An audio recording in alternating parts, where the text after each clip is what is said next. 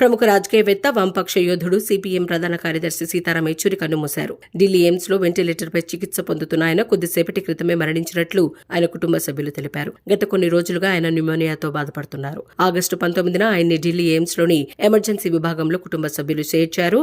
ఆరోగ్య పరిస్థితి విషమించడంతో వైద్యుల పర్యవేక్షణలో ఐసీయూలో చికిత్స పొందుతున్న ఆయన ఇవాళ తుది శ్వాస విడిచారు. ఆర్థికవేత్త, సామాజిక కార్యకర్త, కాలమిస్టుగా గుర్తింపు పొందిన యేచూరి 1992 నుంచి పార్టీ పోలిట్ బ్యూరో సభ్యుడిగా ఉన్నారు. 2005 నుంచి 2017 వరకు రాజ్యసభ సభ్యుడిగా కొనసాగారు.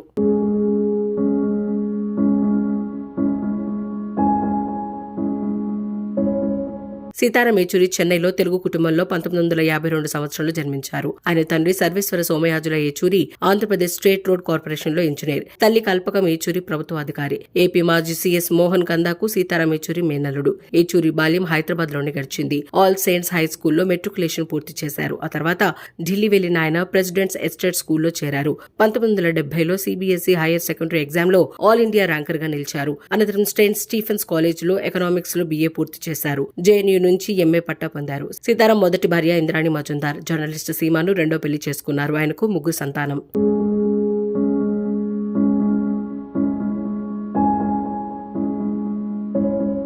1974లో SFI విద్యార్థి నేతగా సీతారాం యేచూరి తన రాజకీయ ప్రస్థానం మొదలుపెట్టారు. 1975లో CPMలో చేరారు.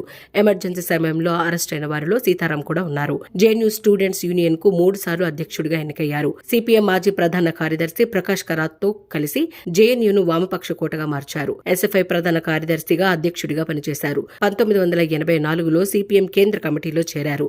1992లో పార్టీ పోలిట్ బ్యూరో సభ్యుడిగా ఎంపికయ్యారు. 2005లో పశ్చిమ బెంగాల్ నుంచి తొలిసారి రాజ్యసభకు ఎన్నికయ్యారు. 2015లో విశాఖలో జరిగిన 21వ CPM మహాసభల్లో పార్టీ 5వ ప్రధాన కార్యదర్శిగా ఏకగ్రీవంగా ఎన్నికయ్యారు. అప్పటి నుంచి ఆ పదవిలో కొనసాగుతున్నారు.